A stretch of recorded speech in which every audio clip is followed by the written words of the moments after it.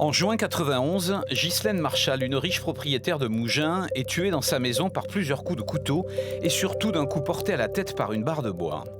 Les gendarmes la retrouvent au sous-sol dans une pièce fermée de l'intérieur où elle s'est barricadée avant de mourir.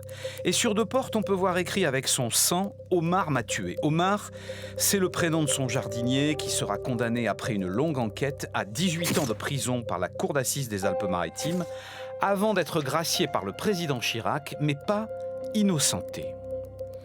Aujourd'hui, Omar Haddad vit dans le Var et depuis 30 ans, il clame son innocence. Avec les progrès de la science, des contre-enquêtes ont pu être menées, notamment sur les traces ADN. Et plusieurs ADN masculins qui ne lui appartiennent pas ont été retrouvés dans le sang sur les portes, notamment sur l'empreinte de la main de Madame Marchal, à côté des inscriptions.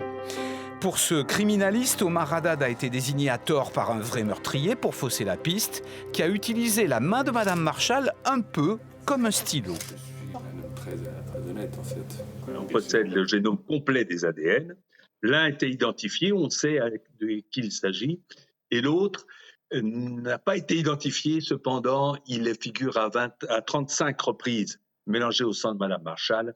C'est donc manifestement, selon l'expert en génétique, une mise en scène, c'est-à-dire que quelqu'un a tenu la main de Madame Marchal pour faire l'inscription en lettres de sang.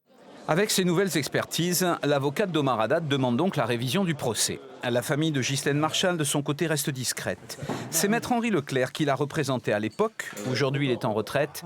Mais il se rappelle que tout le monde a touché la porte après le crime, les journalistes, les gendarmes, donc l'ADN pourrait appartenir à n'importe qui.